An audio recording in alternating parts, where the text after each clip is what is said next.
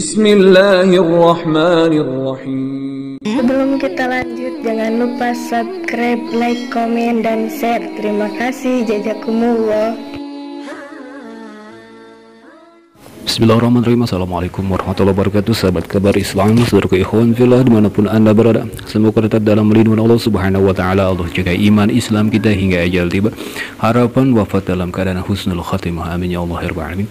Sahabat saudaraku ikhwan fillah, dalam kesempatan kali ini kita akan menyimak sebuah video ya, sebuah fakta yang terjadi terhadap seorang pendeta Mangapusakala. Nah sahabat saudaraku ikhwan fillah, kalau kita perhatikan dengan seksama dengan teliti ya, pada wajah seorang pendeta ini tampak adanya kehitam-hitaman ya. Wallahu a'lam apa itu benar menggosong. Wajahnya tampak seperti gosong kalau tidak diberi pengawet ya. Sebab apa yang menyebabkan seorang pendeta ini pada wajahnya setelah meninggal terlihat seperti ini? Coba perhatikan.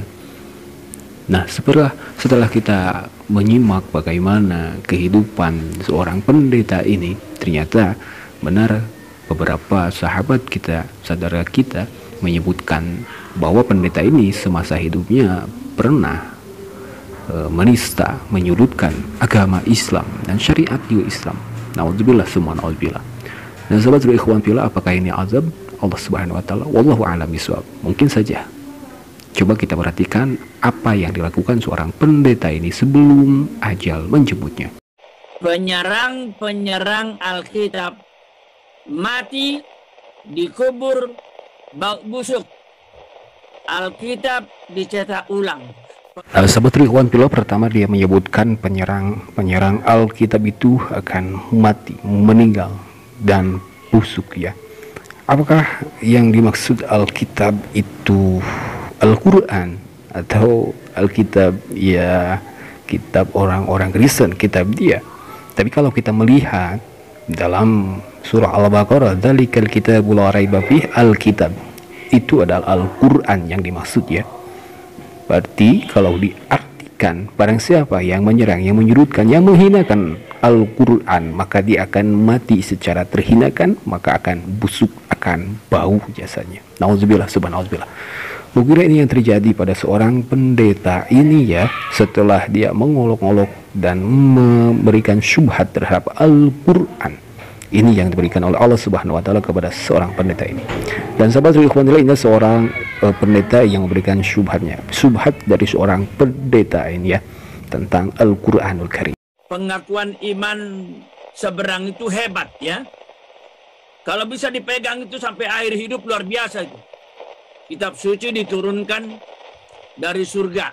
Kan nggak ada itu di dalam pengakuan Kristen kan? Tiara itu kitab suci dari surga atau melalui manusia? Melalui manusia, Pak. Nah itu dia. Jadi kita nggak pernah mengatakan kitab suci dari surga. Makanya ketika ada cucu saya di netizen berkata, "Bung, kitab suci kalian bukan dari Tuhan Allah." Saya salah ngomong Allah ya. Kalau kami dari Allah, kamu tulisannya Paulus yang nulis, Matius yang nulis. Ya juga sih. Memang kalian lebih hebat.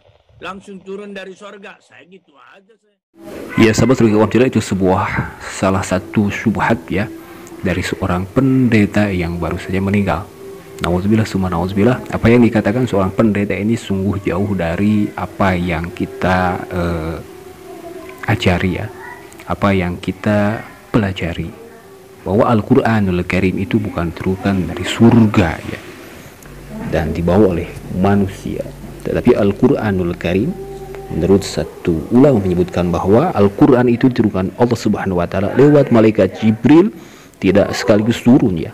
Kurang lebih 23 tahun Al-Quran Allah Subhanahu wa taala wahyukan kepada Nabi Muhammad SAW. Ini sungguh-sungguh syubhat yang terlalu ya.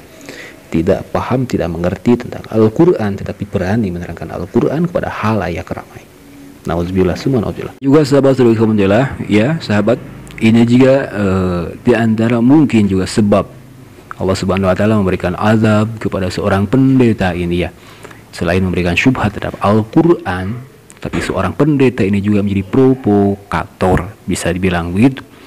untuk menolak adanya azan. Nauzubillah, ini komplain dari seorang pendeta mengapul segala tentang suara azan. Halo parabat, kalau semua pemilik hotel, apakah kalian tidak dirugikan oleh suara dari masjid yang kencangnya bukan main? Apakah dengan suara masjid sekencang itu maka parabat akan maju secara iman? Saya tidak setuju. Buktinya apa? Bali tidak kita dengar suara sekencang itu di pagi-pagi. Ya sahabat sedikit umatillah, itu sebuah komplain atau provokasi dari seorang pendeta mengapul ya tentang suara azan. Dia menyebutkan bahwa apakah dengan mendengar suara azan itu akan bertambah, akan menguatkan keimanan. Ini sungguh-sungguh tidak berilmu mungkin ya. Bahwa memang benarlah azan itu hanyalah panggilan Allah Subhanahu wa taala secara syariat yang dilafaz yang dikumandangkan oleh seorang manusia. Untuk apa? Untuk beribadah kepada Allah Subhanahu wa taala. Dengan beribadah maka kuatlah iman, kuatlah Islam, keyakinan orang yang melaksanakan ibadah itu. Nah sahabat alhamdulillah, si pendeta mengapul ini dia memprovokasi ya untuk menolak azan atau untuk mentiadakan azan. Mungkin ini juga sebab yang membuat wajah dari jasad seorang pendeta ini nampak seperti terlihat menggosong, menghitam ya. Tapi kembali wallahu a'lam bishawab, silakan simpulkan sendiri dan bagaimana penilaian Anda tentang seorang pendeta mengapul ini ya.